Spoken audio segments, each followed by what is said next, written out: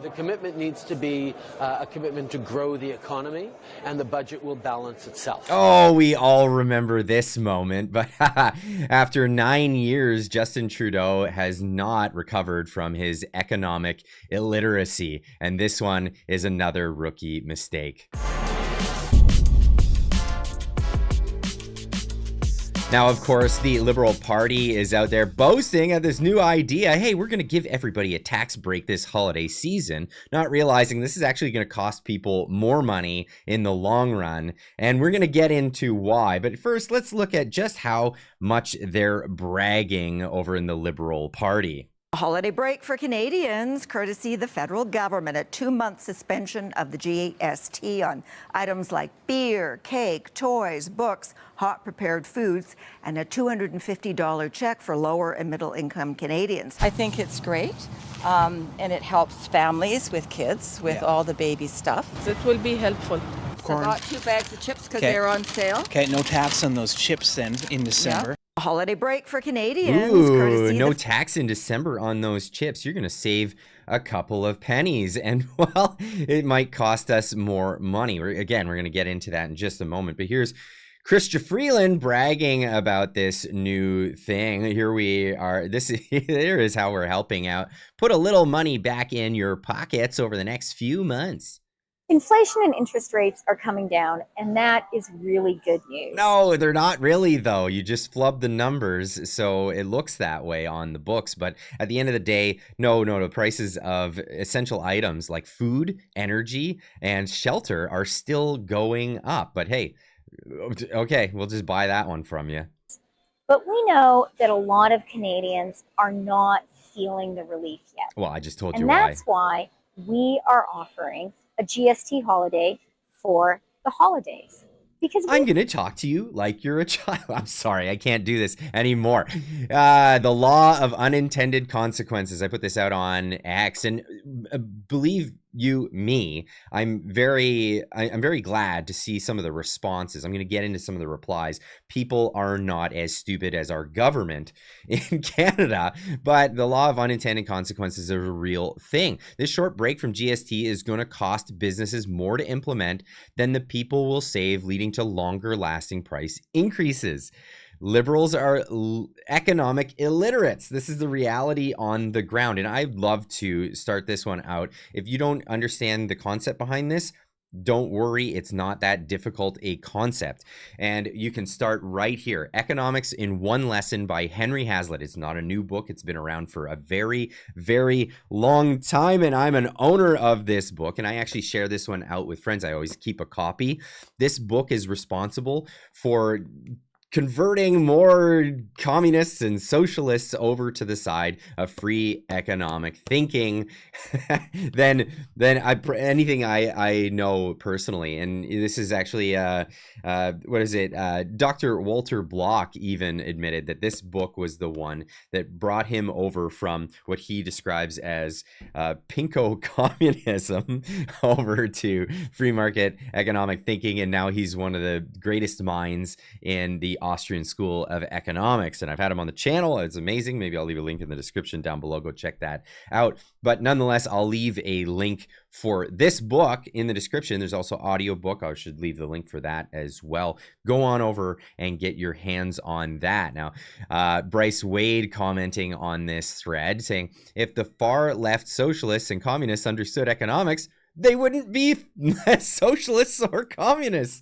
That's absolutely right. And Bryce Wade obviously has been helping people out. He's been sponsoring the channel for some time now. The link in the description for this as well.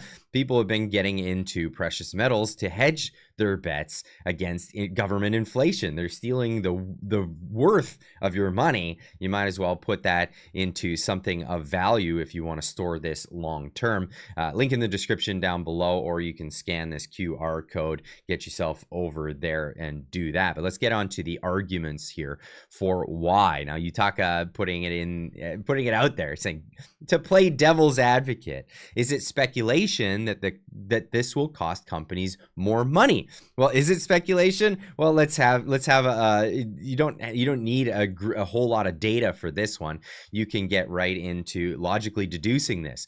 If it were as simple as turning off the GST on all items, it wouldn't be that bad. But retailers and grocers are going to have to reprogram every till based on their entire inventory and adjust it to this arbitrary list of items in order to comply. There's not going to be, we've seen the list. They have this huge arbitrary list of things that they're going to save us on GST for a 2-month period. So all these retailers are going to have to change over their inventory, change over everything, so it will adjust, so just so they can comply with this new rule for 2 months and then switch it all back. You can't just snap your fingers and make this happen. This all costs money, and this additional expense to operate during the Christmas season this year, and the price of goods will have to reflect this. This is going to lead to, it's an inflationary measure. That's right. Yes, it will lead to rising prices, because anytime anything that makes the cost of operation go up, i.e. things like the carbon tax, it's inflationary. It makes the price of the items go up. They're not just taking it in the profit zone. They're not going to just adjust. They're not going to just lose their margins over this. No, it's just a cost of operation. My guess is that it will cost the consumer more than if the tax were just still there long term. Now, however, if this was a permanent removal of the GST, it wouldn't have such negative consequences, as it would long-term lower the administrative cost of doing business as a whole. You have no idea. As a business person, well, I mean, obviously, there's probably a lot of people watching this channel that are business people. We all have to register. We all have GST numbers. We have to communicate with the government. We have to hire accountants to deal with all of this complicated tax code, and this is a cost. This is a cost on business. Holy cow, I make YouTube videos and I have to do GST on my YouTube videos. I am not kidding. Is there going to be some administrative thing during this 2 months? I don't know. I'm going to find out from my accountant on what is going to happen with the whole GST holiday during the holiday season. Yeah, it's going to be more administrative costs than anything, any savings that I'll see. But this is the reality of the situation. What I'm happy for is I'm seeing more and more people becoming savvy to this whole thing. Now, in the comments here, we have Steven saying in response to what I said, furthermore, it will be especially taxing, pun intended, on smaller mom and pop shops with old tech inventory control and spreadsheets and stuff like that, rather than the large corporations with the tech to deploy it rapidly across multiple SKU with an inventory specialist. Yeah, that's absolutely true. And he points out as well that it was just like during COVID.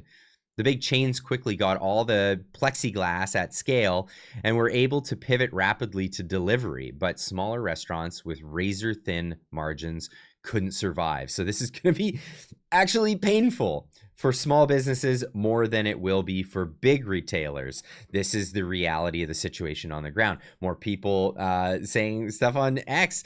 Maple MAGA Carolyn saying businesses will have to spend considerable time or money to contract out, modifying their tax code setting on many inventory items, not just once, but twice. That's right, they'll have to do it again after February 15th. For example, a small country store that sells blue Gatorade has 3 to 4 inventory items for this one product, as each supplier has its own SKU. The guideline given for what will be exempt are subject to judgment and will result in different stores making different judgments. All of these points are absolutely on point. This is where we're at with this. Now, when I show this original clip, of course, from Brett over on X, this is them grandstanding. Obviously, Chrystia Freeland here grandstanding in the House of Commons, saying that, well, the Conservatives don't want to get along with this. So the Liberals are going to put forward a bill to pause GST and give some workers a $250 check. this is on top of the tax holiday. We're all gonna get a check for $250. This is how you buy votes, by the way, ladies and gents. This is how it's done. Krista Freela says she's astonished at the Conservatives refusing to support this, attempting to paint them as the bad guys.